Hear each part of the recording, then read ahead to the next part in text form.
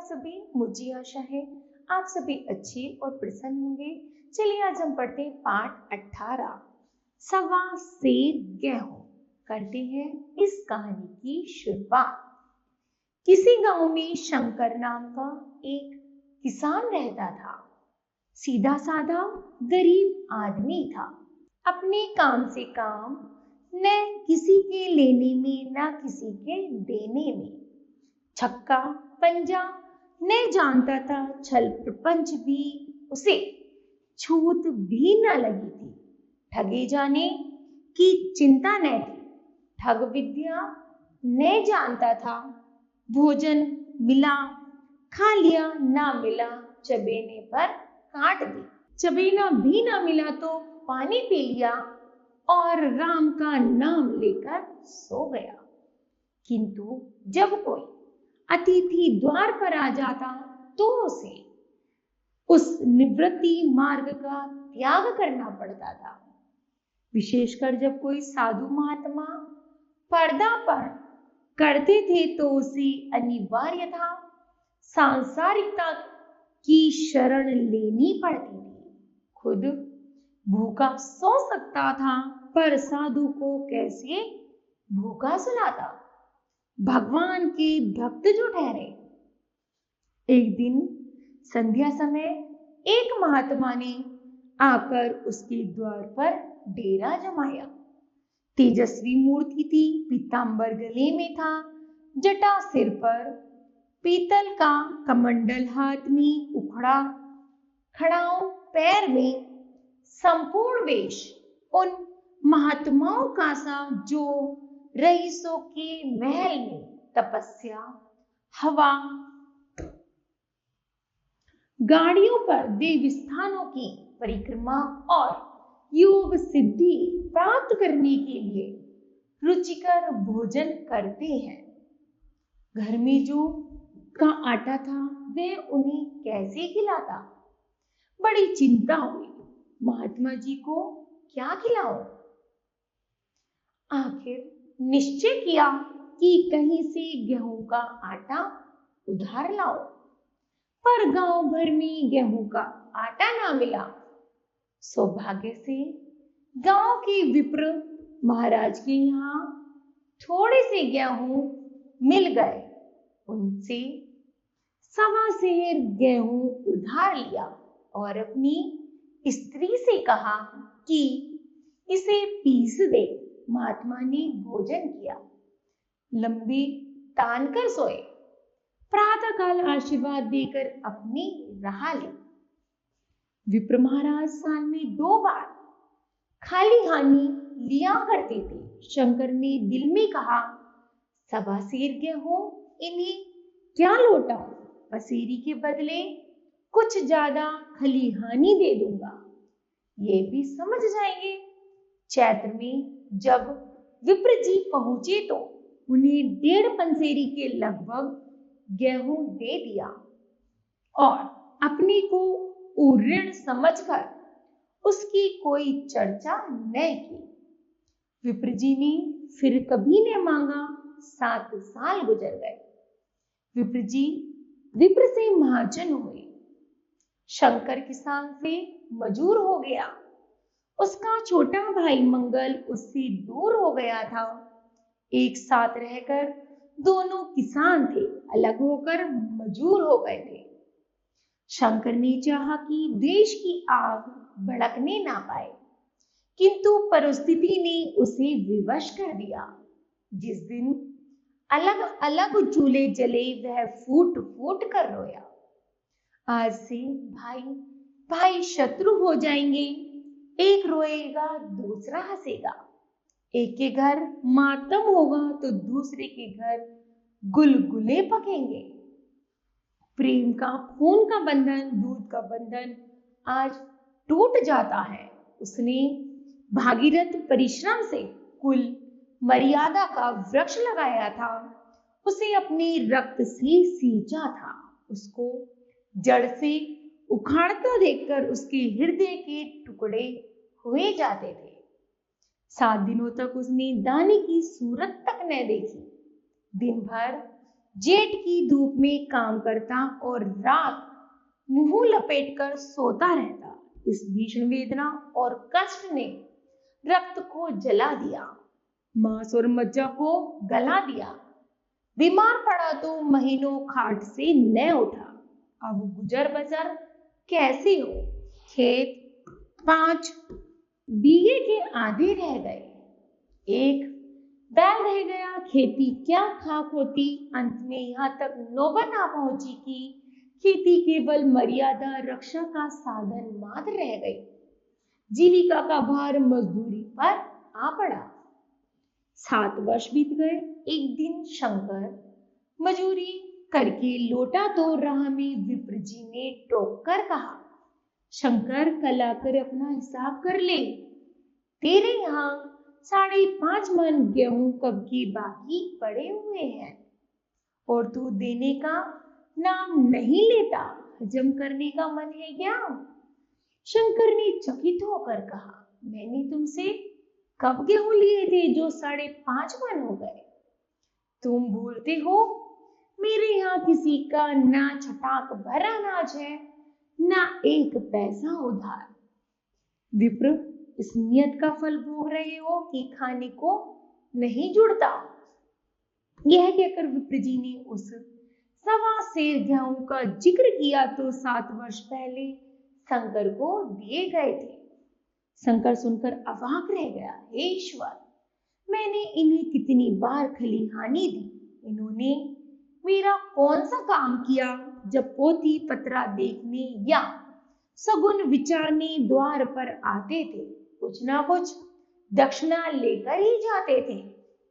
इतना 1.25 सेर अनाज को अड़े की भांति सेकर आज यह पिशाच खड़ा कर दिया जो मुझे निगल ही जाएगा। इतने दिनों में एक बार भी कह देते तो मैं गेहूं तोल कर दे देता।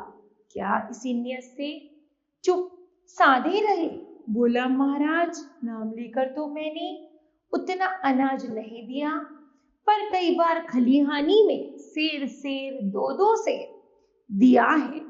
आज आप 5.5 मन मांगते हैं, मैं कहां से दूंगा? विप्र, लेखा जो बकसीस सो तुमने जो कुछ दिया होगा उसका कोई हिसाब नहीं। चाहे 1 की जगह 4 पंसेरी दे दूं, तुम्हारे नाम बही में 5.5 मन लिखा हुआ है। जिसे चाहो हिसाब लगवा लो। दे दो तुम्हारा नाम छेक दो, नहीं तो और भी बढ़ता रहेगा। शंकर, पांडे, क्यों एक गरीब को सताते हो? मेरा खाने का ठिकाना नहीं, इतना गेहूं किसके घर में से लाऊंगा? विप्र कहता है, जिसके घर से चाहे लाओ, मैं छटाक भर भी ना छोड़ूंगा। यहाँ ना दोगे, भगवान के घर तो दोगे। शंकर कांप उठा। हम जैसे पढ़े लिखे आदमी होते तो कह देते, अच्छी बात है, ईश्वर के घर ही देंगे। वहां की टोल यहाँ से बड़ी तो न होगी। किंतु शंकर इतना तार्किक, इतना व्यवहार चतुर न था।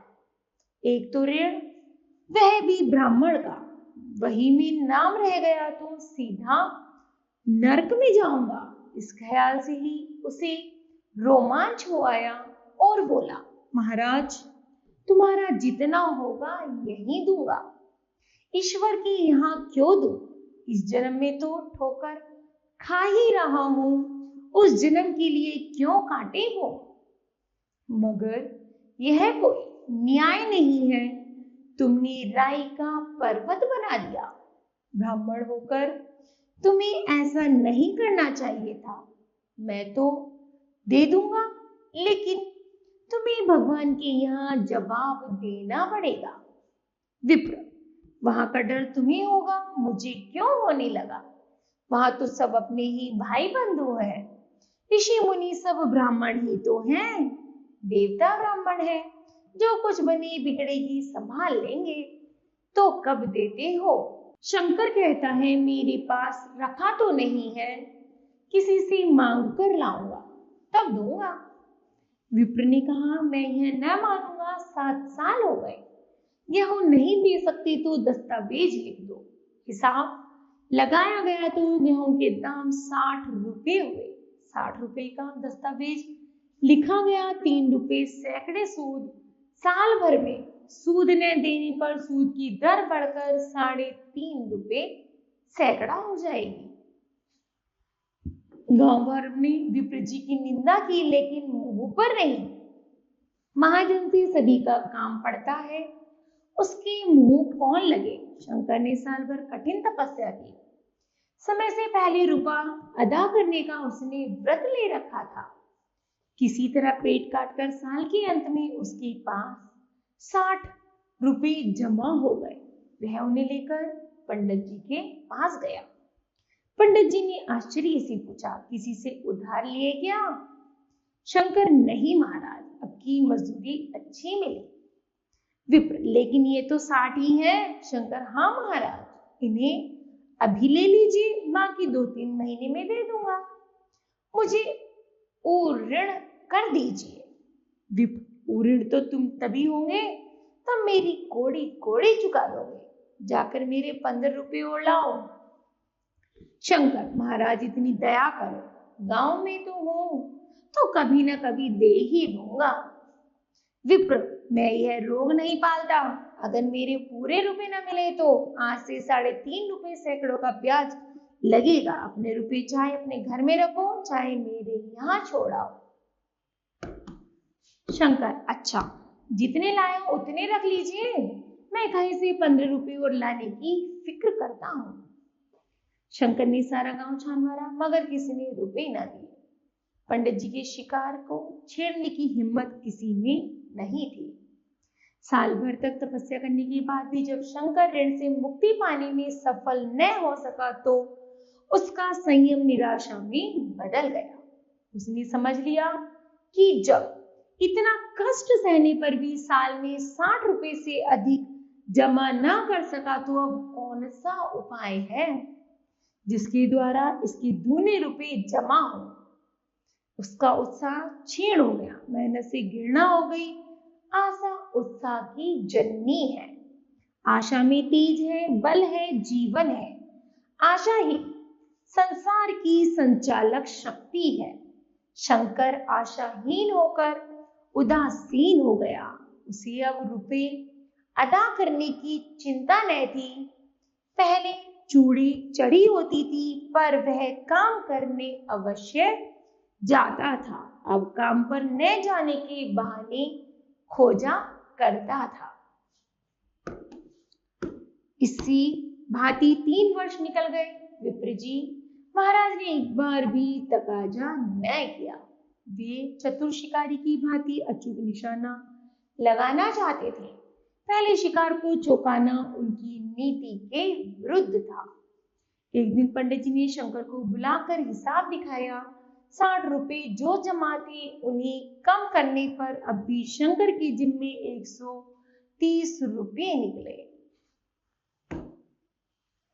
शंकर, इतने रुपए तो उसी जन्म में दूंगा, इस जन्म में नहीं हो सकता। विप्र कहता है, मैं इसी जन्म में लूंगा, मूल्य सही, सूद तो देना ही पड़ेगा। शंकर ने कहा, एक बैल है, वह ले लीजिए, और मेरे पास रखा क्या है? विप्र, मुझे बैल लेकर क्या करना है? आखिर तुम ही कहीं मजदूरी करने जाती हो, सूद में तुम हमारे यहाँ काम कर दिया करो, जब सुविधा हो मोल दे देना। शंकर, महाराज सूद में काम करूंगा तो खाऊंगा क्या? विप्र, तुम्हारी घरवाली है, लड़के हैं, क्या वे हाथ काट कर बैठेंगे?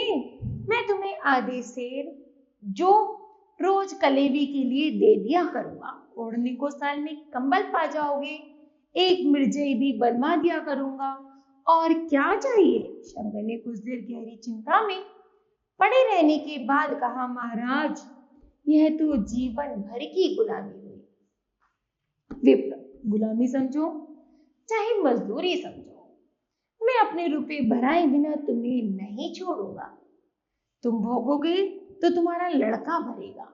हाँ, जब कोई ना रहेगा तब की बात दूसरी है। इस निर्णय की अपील न थी, कहीं शरण न थी, भागकर कहां जाता। दूसरे दिन से उसने विप्र जी के यहाँ काम करना शुरू कर दिया। सवा सेर गेहूं की बदौलत उम्र भर के लिए गुलामी की बेड़ों पैर में डालनी पड़ी। गेहूं के दाने किसी देवता की शाप की भांति जीवन भर उसके सिर से न उतरे। शंकर ने विप्र जी के यहाँ 20 वर्ष तक गुलामी करने के बाद इस संसार से प्रस्थान किया। 130 रुपये अभी तक उसके सिर पर सवार थे। इस तरह बच्चों यह पाठ समाप्त होता है। मुझे आशा है कि आप सभी को भी यह पाठ अवश्य समझ आया होगा। धन्यवाद।